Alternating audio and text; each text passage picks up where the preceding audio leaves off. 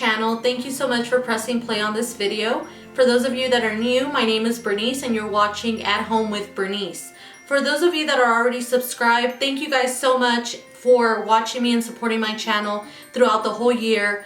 And today's video, I wanted to share with you guys a really quick and easy recipe for how to make your pork for your red pork tamales. I know there are different kinds of tamales that you can make. You can make the green, chile jalapeño with cheese. You can make sweet. There's a lot of different tamales that you can make. But I wanted to share this recipe of how to make the meat for the pork red tamales. So let's go ahead and move on to our ingredients. Okay guys, and here are my first ingredients. So for the meat, I'm going to actually be separating my ingredients kind of in 3 parts. So if you guys can just keep up with me a little bit here. Sorry, I just don't want to confuse anyone with what I'm going to be using for the whole recipe. So I'm going to be using pork loin for my tamales. The pork loin, you can use either pork loin, pork butt, pork leg. What I'm going to do is I'm going to actually be chopping this meat up in larger cubes. Well, not too large, but I'll go ahead and show you the pieces that I cut mine up with, or cut up mine to, I should say, so that you guys can see. I'm also going to be using half of a large onion, 6 bay leaves, and about half a head of garlic. And I'm going to be adding these to boil along with the meat. And I'm going to be leaving the meat for about an hour and a half. So I'll go ahead and show you guys how I chop up my meat, and then we'll go ahead and put all this to boil.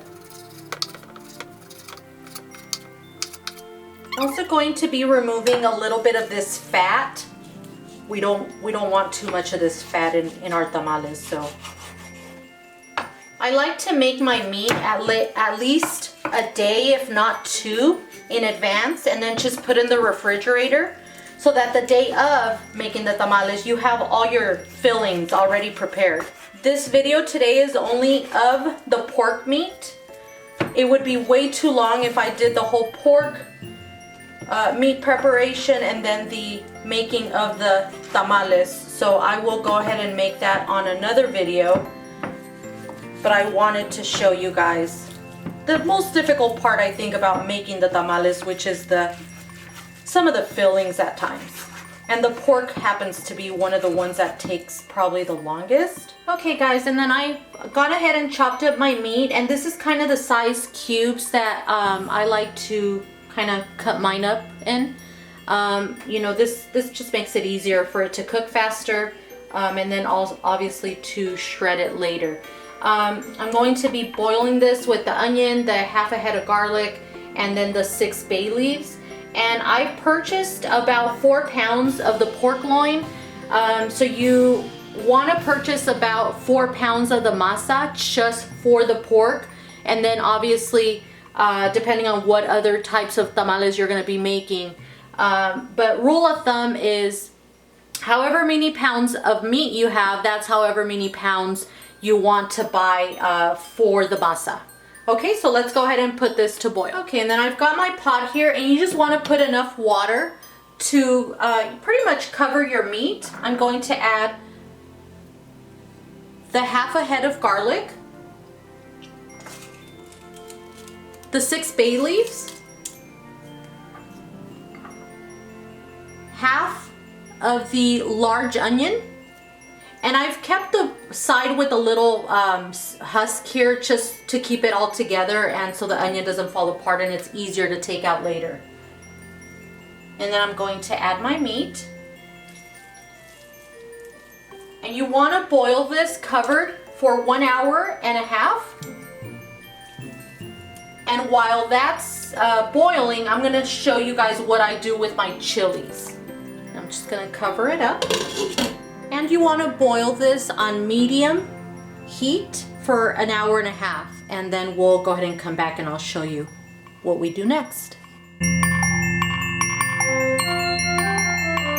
Okay guys, and then while your meat is cooking for that 1 hour and a half on medium, I'm going to go ahead and actually soak my chilies in hot water.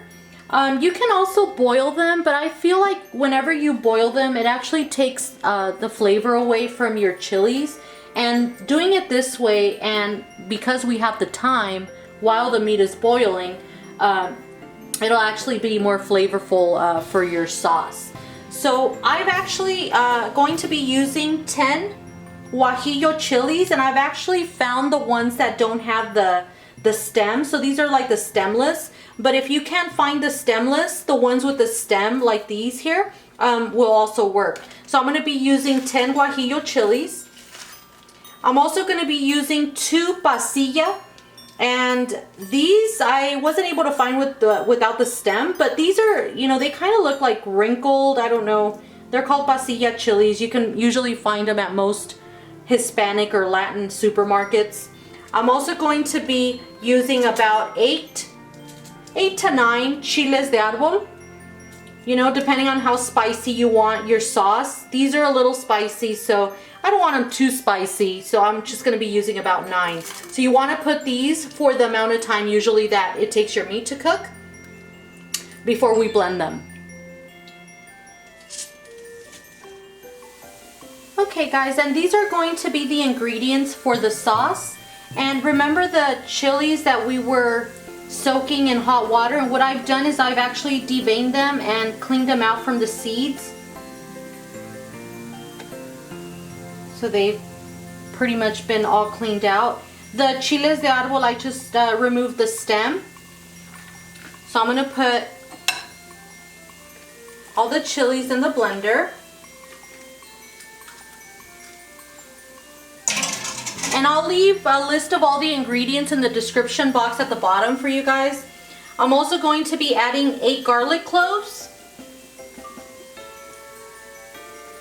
2 bay leaves, a 1/4 piece of a large onion,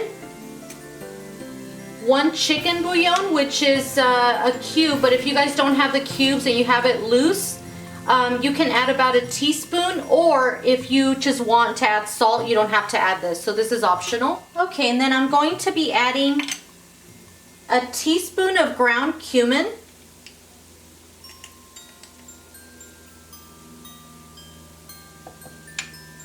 a tablespoon of oregano,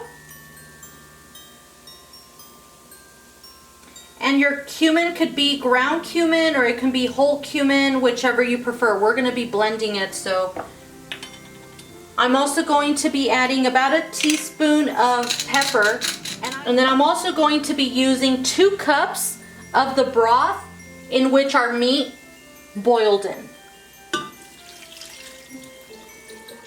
Okay, and then I'm going to blend it.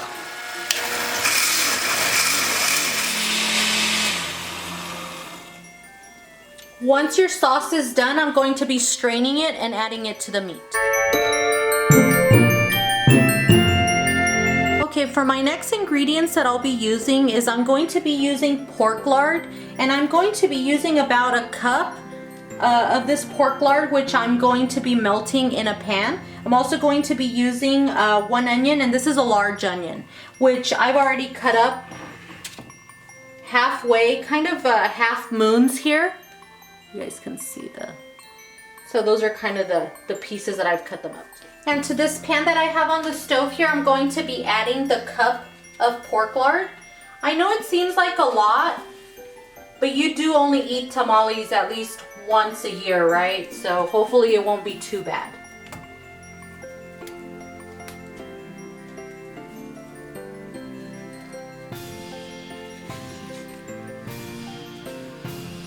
Want to melt this down, and then we're going to be sauteing the onions here just until they're translucent, and then we're going to be adding the meat to fry up a little bit. So I'll go ahead and show you guys. Once your pork lard is fully melted in the pan here, I'm going to be adding my onions.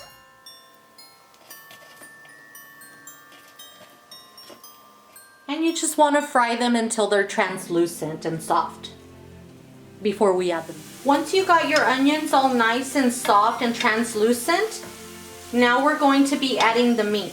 And what you want to do, really important guys, is don't throw away the broth where your meat was actually boiling in. You want to use that broth to blend your chilies, and also you're going to be needing some of that broth for the meat itself when you cook it here, so in the pan. So let's go ahead and add our meat.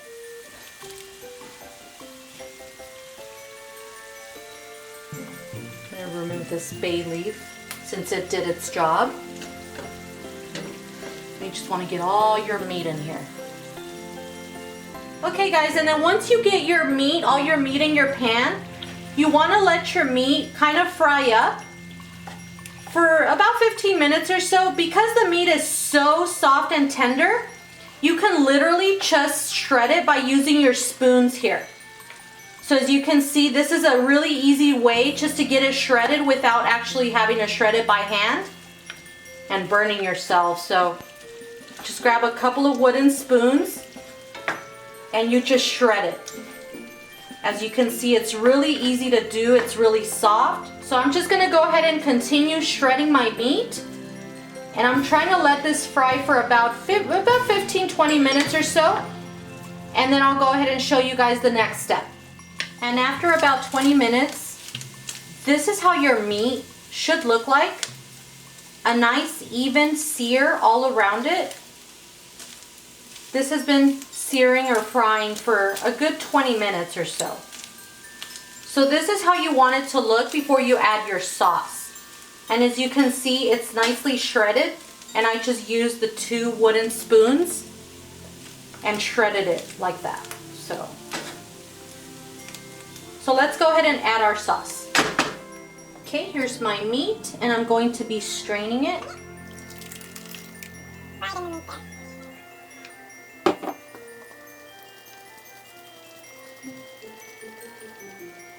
I'm going to add a little bit more of the broth just to make sure I get all that sauce in.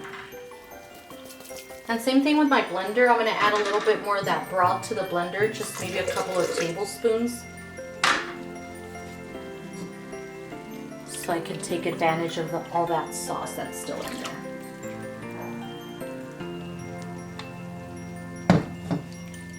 And that's what you're left with that you don't want in your sauce, is all that. And I'm just going to mix everything together. And I'm going to be adding about another cup of that broth.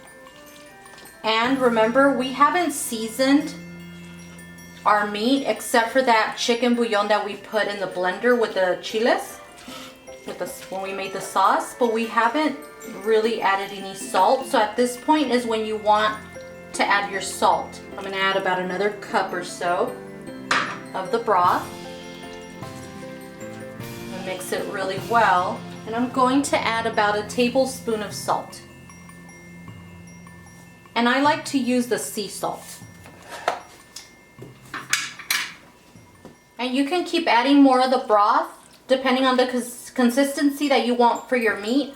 I want it to be pretty juicy because I want to get some of this juice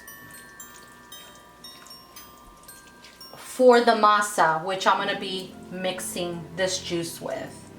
But I'll go ahead and show you guys. Let me add a little bit more of that broth. Okay, and I'm going to add about another cup or so.